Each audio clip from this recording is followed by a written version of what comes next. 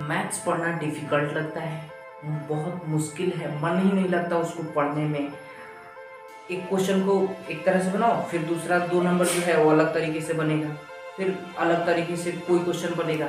सब क्वेश्चंस अलग-अलग तरीके से बनते हैं और जैसे-जैसे हमारी क्लास बढ़ते जाते हैं मैथ्स और भारी होता जाता है। उसको हम आज आसान बनाएँगे और मैथ्स पढ़ने का जो प्रॉपर तरीका है, जो प्रॉपर स्ट्रैटेजी है, उसको आज इस वीडियो में हम डील करेंगे कि कैसे मैथ्स के साथ डील करना है। उसको प्रॉब्लम नहीं, उसको सॉल्यूशन बनाना है और उसमें अच्छे मार्क्स लाना। हम आज एग्जांपल लेते हैं किसी एक चैप्टर को, क्योंकि एक-एक चैप्टर करके अगर हम पढ़ेंगे तो हमको लगेगा कि हम पूरा बुक है उसको हम खत्म कर पाएंगे। तो एक चैप्टर को कैसे पढ़ना है अगर हम ये सीख ले, उसकी स्ट्रैटेजी क्या होती है, तो हम पूरा बुक आसानी से खत्म कर सकते हैं। एग्जाम्पल लेते हैं ट्रिग्नोमेट्री। ट्रिग्नोमेट्री ही क्यों? क्योंकि ये बहुत भारी सब्जेक्ट, भारी चैप्टर है और इसके मार्क्स भी बहुत ज़्यादा आते हैं। तो ट्रिग्नोमेट्री का एग्जाम्पल मैं सिर्फ ले रहा हूँ, जो भी पढ़ो आप उसी हिसाब से पढ़ोगे जैसा कि इस चैप्टर के हिसाब से मैं बताऊंगा। स्ट्रैटेजी यही रहेगी, पढ़ोगे आपसे। तो अगर हम बात करें 4 स्टेप्स टू स्टडी, किसी भी चैप्टर को पढ़ने, मैथ्स के चैप्टर को पढ़ने का जो सही तरीका है उस स्टेप्स को हम यहाँ पे देखते हैं। पहला है वाई टू स्टडी। कोई भी चैप्टर हम क्यों पढ़ रहे हैं उसको पहले ये जानो। ट्रिग्नोमेट्री है, हम ट्रिग्नोमेट्री क्यों पढ़ रहे हैं, कोई पूछता है तो क्या बताओ। तो पहला रीजन जो सिंपल सीधा सा एग्जांपल है कि 20 मार्क्स का वो आता है, उसको अगर हम पढ़ लेते हैं 10th में तो हमको 20 नंबर मिलेगा उसके लिए। अगर हम 12th में पढ़ते हैं तो लगभग हो सकता है 10 नंबर मिले या फिर 15 नंबर के आसपास मिलता है। तो उसका मार्क्स एक तो ये वजह है कि मुझे 20 मार्क्स मिलेंगे वो पढ़ने से, और दूसरा ये कि अगर रियल लाइफ एग्जाम्पल से देखो आप, तो आप हिमालय की ऊंचाई बतानी है, कैसे बताओगे? उसका जवाब आपको ट्रिग्नोमेट्री देता है। एक बिल्डिंग है जो बहुत ऊंचा है, 10 माले की है, और उसका परछाई देखकर आप ट्रिग्नोमेट्री के हिसाब से बता सकते हो कि बिल्डिंग की हाइट कितनी है। उसके बाद से आप ट्रिग्नोमेट्री जैसे जैसे पढ़ोगे वो इतना इंटरेस्टिंग लगेगा आपको। एक ट्रिग्नोमेट्री में खास बात है कि एक त्रिभुज है जो समकोण त्रिभुज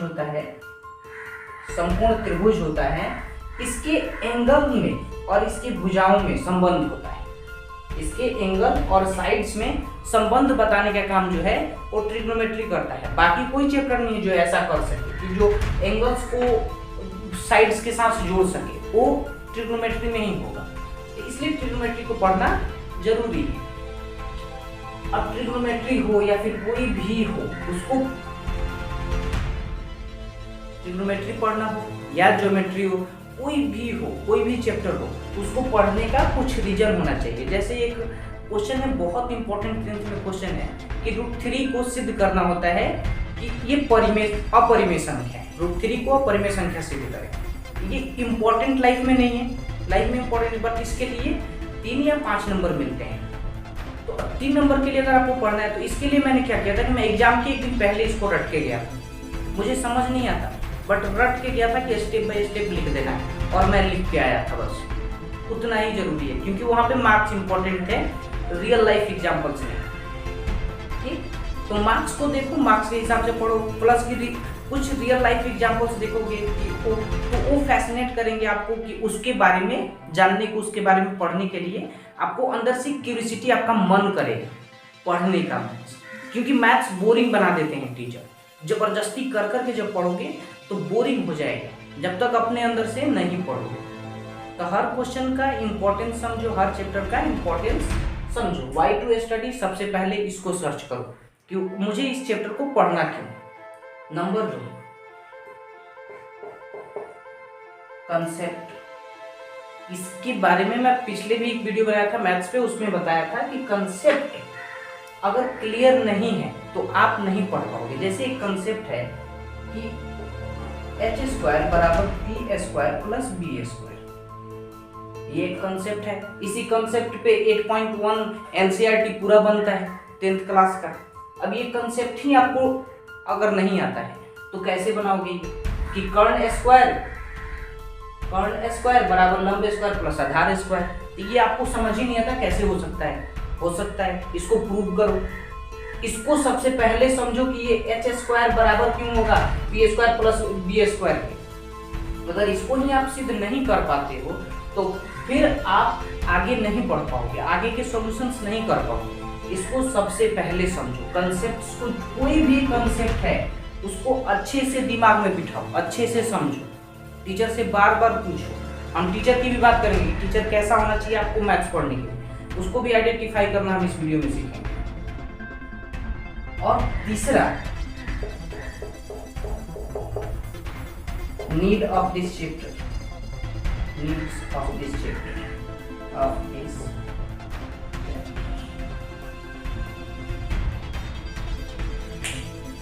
कोई भी सब्जेक्ट है, उसका कोई भी चैप्टर है, ट्रिग्नोमेट्री है, ट्रिग्नोमेट्री का ये H square plus P square plus B square पढ़ रहे हो, इसमें आपको वर्ग नहीं याद है, वर्ग स्क्वायर्स 1 से लेके 20 तक आपको वर्ग नहीं याद है। आप कैसे पढ़ोगे इसको? मान लो कि मैं पूछता हूँ कि 12 का स्क्वायर कितना होगा बताओ, आपको पता नहीं है, तो आप कैसे पढ़ोगे इसको? फिर तो आपको ये भारी लगेगा। तो सबसे पहले हमको क्या करना है, नीड्स को आइडेंटिफाई करना है कि इसमें क्या जरूरी है, उसको पढ़ना है, उसको पढ़ना बहुत जरूरी है।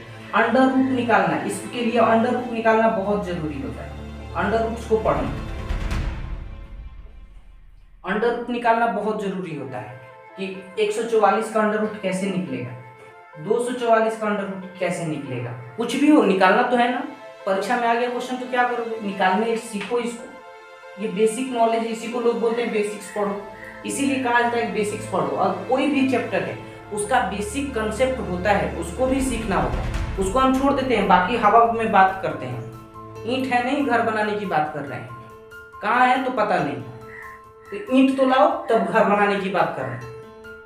अब नंबर 3 ने बात किया कि चैप्टर को क्यों पढ़ते हैं, कोई भी ट्रिग्नोमेट्री क्यों पढ़ते हैं, ज्योमेट्री क्यों पढ़ते हैं, संख्या ज्ञान क्यों, सांख्यिकी क्यों पढ़ते हैं, सबका अपना अपना इम्पोर्टेंस है। उस इम्पोर्टेंस को, रियल लाइफ यूजेज को पढ़ो, प्लस कि उससे कितने मार्क्स मिलते हैं इसको जानो। इम्पोर्टेंस जानोगे तो अंदर से मोटिवेशन मिलेगा, इंस्पिरेशन आएगा पढ़ने के लिए, मन करेगा पढ़ने के लिए। उसके बाद से हमने देखा कि इस चैप्टर की कंसेप्ट क्या है, कंसेप्ट के अंदर का जो जरूरत है उसको समझना कि कोई भी चैप्टर पढ़ना है उसकी बेसिक नॉलेज क्या हो सकता है, उसमें बटे का जोड़ काम आता है, भिन्न का जोड़ जो होता है वो समझ नहीं आ रहा हो आपको, हो सकता है एलसीएम में कमी हो आपके, तो उसको समझना और उसको ठीक करना। और चौथा है प्रैक्टिस।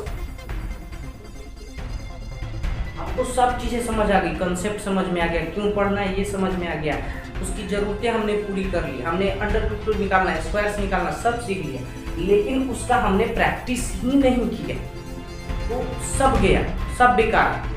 लास्ट स्टेप अगर नहीं क्लियर हुआ, प्रैक्टिस नहीं करी, खूब प्रैक्टिस, एक क्वेश्चन पे 5 क्वेश्चंस बनाना।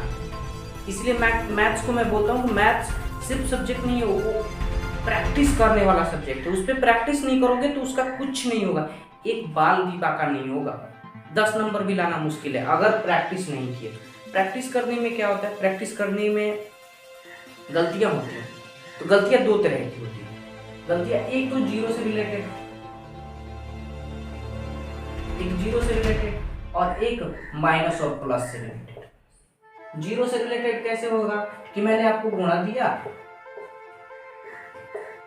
और आपने 7 0 7 लिख दिया, ये गलत हो गया, ये बेसिक नॉलेज, क्योंकि यहाँ पे जीरो होगा। वैसे ही अगर मैंने आपको भाग दिया कि इसको करो, करके दिखाओ इसको, आपने 2 अंक उतारे, 7 1 7 और यहाँ से 1 अंक उतरेगा तो 0 लगेगा, 5 उतरेगा,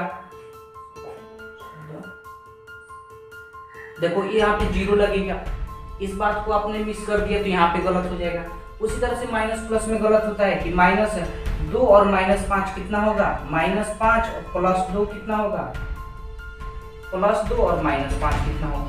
ये तीनों क्वेश्चंस के आंसर, यहाँ पे -3 होगा, यहाँ पे -3 होगा और इसको जोड़ के -7 करेंगे। इसमें कहीं गलत हो गया तो आपका आंसर गलत हो गया, इसलिए माइनस प्लस में ज्यादा गलत होता है और जीरो पे, इन पे ज्यादा ध्यान दो। जीरो जहाँ आ रहा है और जहाँ माइनस प्लस आ रहे हैं वहाँ पे ज़्यादा ध्यान दो, गलतियाँ कम हो। ये इंपॉर्टेंट मिस्टेक्स है। और ध्यान रखो रूल्स का, नियम्स का, उनको याद रखो। वो भी गलती होती है, रूल्स याद ही नहीं है, मैथ्स बना रहे हैं तो रूल्स नहीं याद है तो बनाओगे कैसे। प्रैक्टिस करने का एक रूल याद रख लो कि टीचर अगर एक बताएगा तो हम 3 बनाएंगे, टीचर अगर एक बताएगा तो हम 3 बनाएंगे, बस इतना सा याद रखो। प्रैक्टिस करते रहो, गेम ओवर है। अब टीचर को कैसे आइडेंटिफाई करें, अच्छा टीचर कैसे ढूंढें। अच्छा टीचर आपको ढूंढना है, यूट्यूब है और भी प्लेटफॉर्म्स है जहाँ पे आप पढ़ सकते हो ऑनलाइन। ऑफलाइन मैथ्स के लिए ऑफलाइन टीचर बहुत जरूरी है, क्योंकि मैथ्स जब तक आप क्वेश्चन करोगे नहीं, समझोगे नहीं अच्छे से, पूछोगे नहीं, तब तक समझ नहीं आना।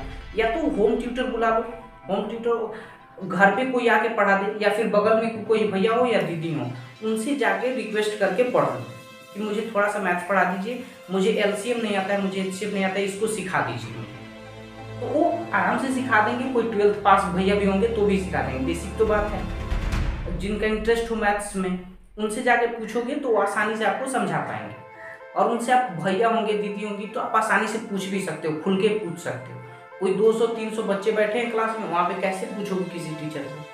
लेकिन पर्सनली अगर ट्यूशन लगा लेते हो अपना, और उसके लिए 2000-1000 देना भी पड़ता है तो दे दो यार, बहुत फायदे का काम है। एक बार मैथ्स आ गया ना तो जिंदगी भर नहीं भूलोगे। तो उसको सीखो। बेसिक नॉलेज को गैदर करने के लिए टीचर जो होना चाहिए वो आपका पर्सनली कनेक्शन होना चाहिए।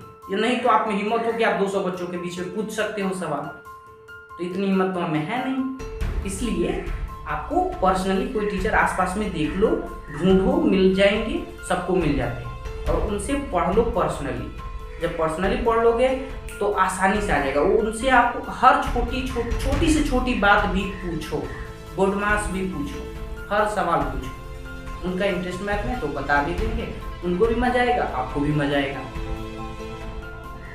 अब नंबर्स का एक डर होता है हमारे कि एक अंक देख के दुकान पे जाते हैं और दुकानदार से 5 सामान लिए, एक 40 रुपए का, एक 35 रुपए का, एक 20 रुपए का, एक 10 रुपए का। हम दुकानदार जितना बोलता है उतना ही दे देते हैं, बजाय कि हम उसको जोड़े कि 40 रुपये, 35 रुपये और 20 रुपये कितना होगा।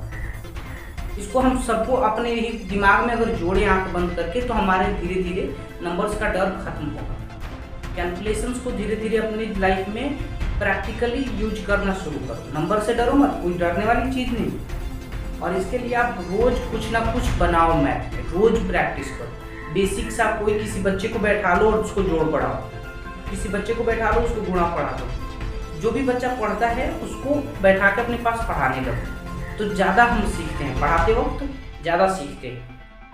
तो बेसिक मैथ छोटे बच्चों को पढ़ाना भी शुरू करो। पैसा मत लो, बट आसपास के बच्चों को ऐसे ही पढ़ा, क्योंकि हमको ढंग से आ जाए, हम सीखें, इसलिए करो। ठीक, जितनी भी स्ट्रेटेजीज थी इसमें मैंने सारी ऑलमोस्ट कवर कर दी है। अब इसमें कुछ बचा नहीं है। इसको सिर्फ आपको क्या करना है, प्रैक्टिस करना है। तो प्रैक्टिस करते रहो, मेहनत करते रहोगे तो आगे बढ़ोगे और मेहनत का फल मिलेगा। लगे रहो भाई, रिजल्ट तो जरूर मिलेगा। Thank you so much for watching.